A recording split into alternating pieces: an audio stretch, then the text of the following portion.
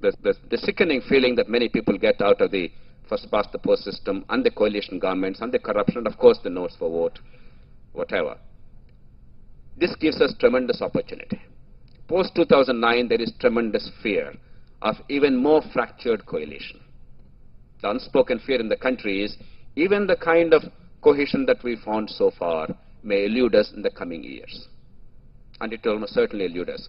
Increasingly in many states, because of the caste-based politics that Ms. Ranjita has talked about, many small parties are emerging with local clout without any kind of overall credibility and yet electoral presence, and therefore, even in states which earlier had stable governments, we now see an increasing specter of unstable and unethical coalitions. I'm a great fan of coalitions.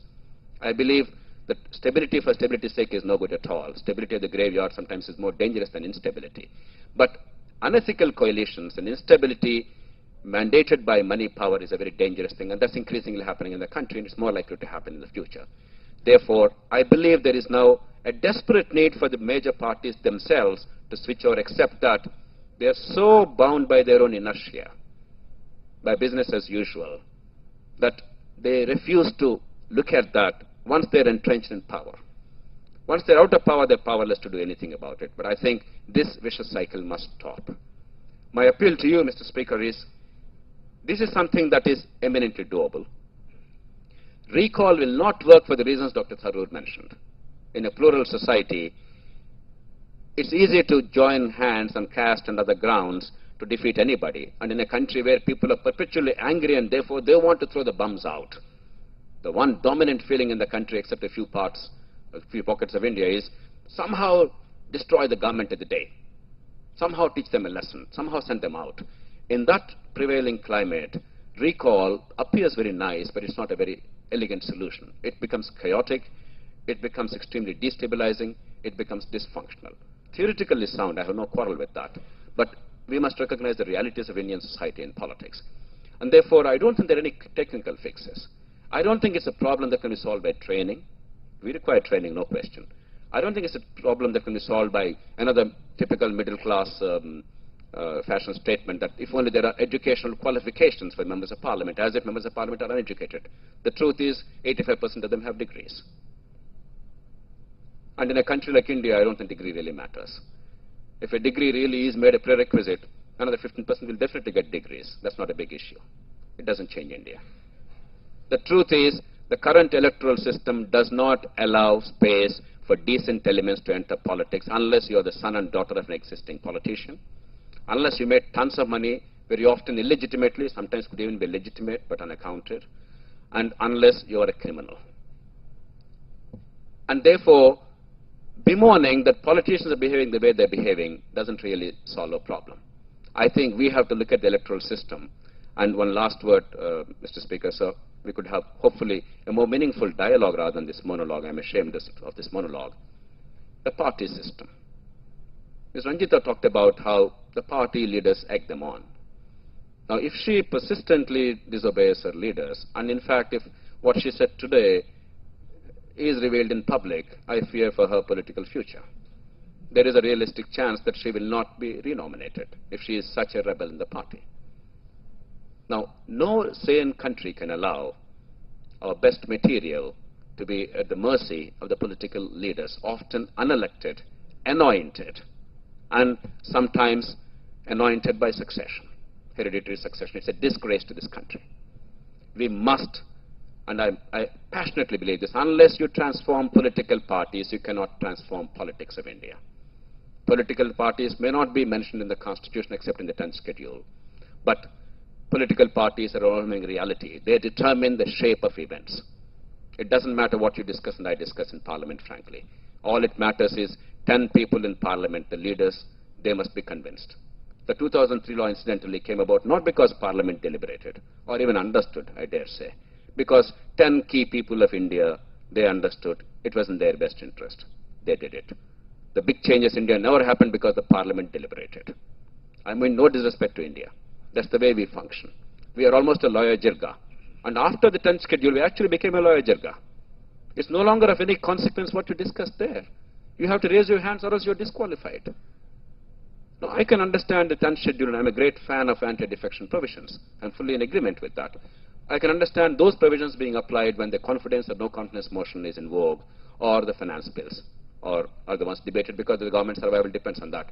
But for a Muslim women's bill, for an ordinary bill of parliament, for a nuclear agreement, for something else, how can the parliament function? What is the purpose of the deliberations? We have now constrained too much because we have no faith in our parliamentarians. The party leaders use that very skillfully to tighten the grip over the party members, those in parliament and outside, those in legislation outside. We have to look at 10th schedule, make members of parliament free people who can speak out honestly, even against their own leadership and their views if necessary, except that they should not have the power to undo the mandate of the people. They cannot bring down a government without the sanction of the party or the people themselves. Except that for that one injunction, the members of parliament and legislature, we must give them due respect. One last word, Mr. Speaker. I entirely endorse the committee system, and you mentioned quite rightly that the committees work pretty well. But the committees are not empowered in India.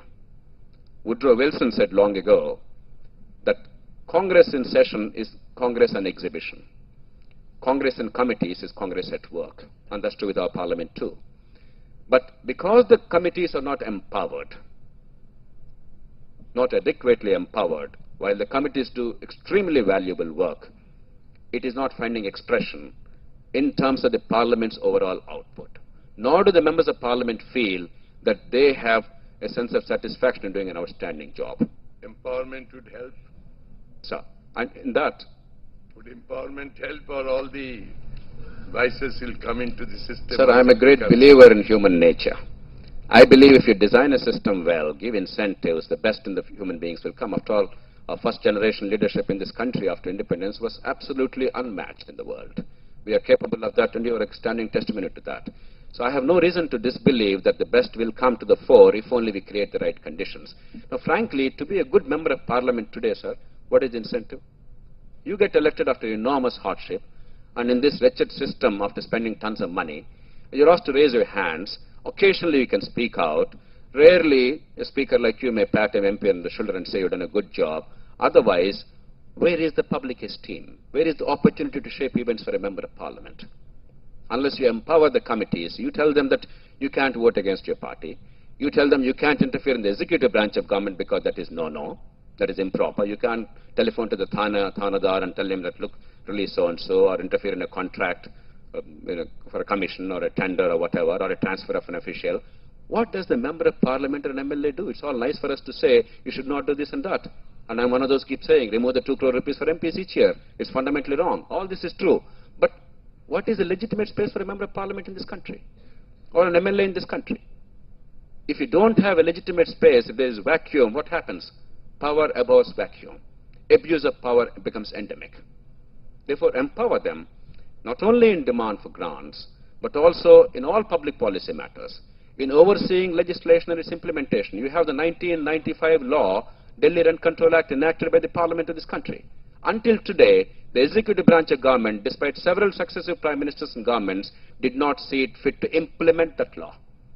The law is simply not implemented by the guise of not creating the rules. What kind of a system is this? What self-esteem can a member of parliament have? The parliament has a duty and a right to haul up the executive and say, look, why did you not do it? I want you to do it, and so and so did. That's the will of the parliament. It's violated by the executive branch of government. Subordinate relation is an excuse to undermine the parliament. Similarly, the key appointments in the country, let there be a process of confirmation by the parliament, or the appointments are suggested by the government, let there be a public hearing. Let there be a confirmation by the members of parliament. Of course, there will be a lot of mess. It will not be worse than today. In my state, in the past 6 months, an honest official was transferred 5 times. There's no point pretending what's happening today is wonderful. It's rotten. Let it come out. Let people debate and discuss. Let members of parliament, citizen assemblies, let them have the opportunity to question this. And there'll be decent people to change this. Then parliament becomes attractive. Assembly becomes attractive.